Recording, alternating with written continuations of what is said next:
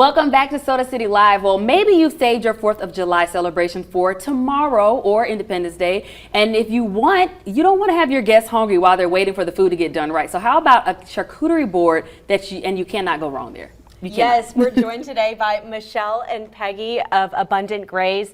They're here in the Soda City Live kitchen to show us how we can build our very own charcuterie boards. Thanks so much for being with us. Thank you for having us. Yes, these look amazing. They do. I want to just dig in, but I know we have to walk us through it. So first, let's talk about what makes a charcuterie board. Well, traditionally, a charcuterie board means cured meat. So if it has cured meat on it, like the salami or the prosciutto, it is a charcuterie board. Okay. So it contains cheese, fresh fruits, pickled items. Nuts. All right. Well, let's talk a little bit about your relationship, because you guys, I joked and I said, you guys are sisters, right? And they're like, no, mother and daughter. So what makes a mother and daughter want to go into a charcuterie business? Well, it was that time where everybody was staying at home and we were trying to figure out, we'd always wanted to work together. So I said, well, how about we do something along a graze thing? One of our friends in Florida was doing that. And Michelle said, no, I don't have enough time. She was teaching kindergarten. Oh, wow. Virtually at that time. Oh, my goodness. So then a couple months later, she came back and she said, I think we should do it. I think we should do it. So that's how we got started. And that was 3 years ago, this past June. Oh, wow. Well, congratulations. Thank you.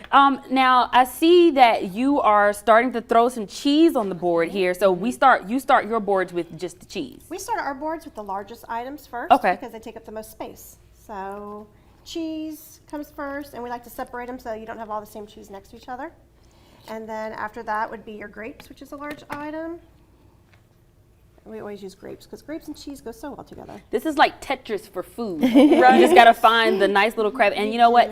And I can't say that you're just throwing them on there. Like, you are displaying them in such a very aesthetic way. So how'd you learn to do that? How'd you learn to rearrange things in a pretty way? We're both foodies. Yeah, and I'm creative, so I'm more the creative behind it. So you can fold your meat different ways. Yeah. So the salami is just folded in quarters. And it just makes it more interesting than laying it out. Yeah. And so I don't know, it just works out. I love that. Now, is there, do you have a certain brand that you like to work with? Like, do you like Boar's Head or does it matter? We buy most of our stuff wholesale and in large quantities. Okay. So yeah, we do Costco has some great name brands of items. But yeah, most of these items can be found in your regular grocery store, in the gourmet, like the deli section. Okay.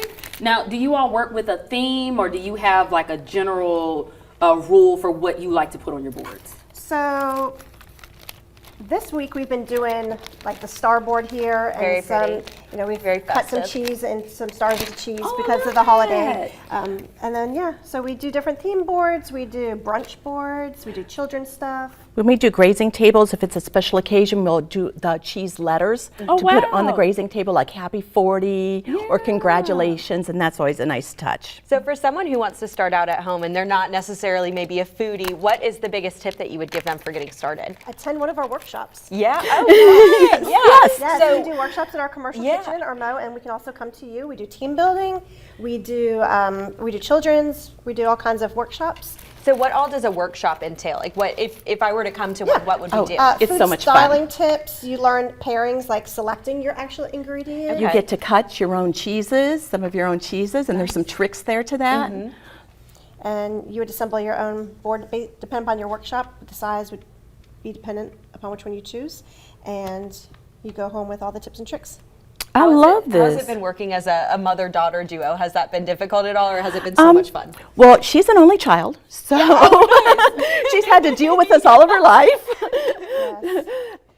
It has been a lot of fun. It has been a lot of fun. Sure. We have different strengths, and so we bring them both to the workplace and to our kitchen and complement each other in different ways. It's been great. I love that. Now, let's talk a little bit more about your location. Where is it in Irmo?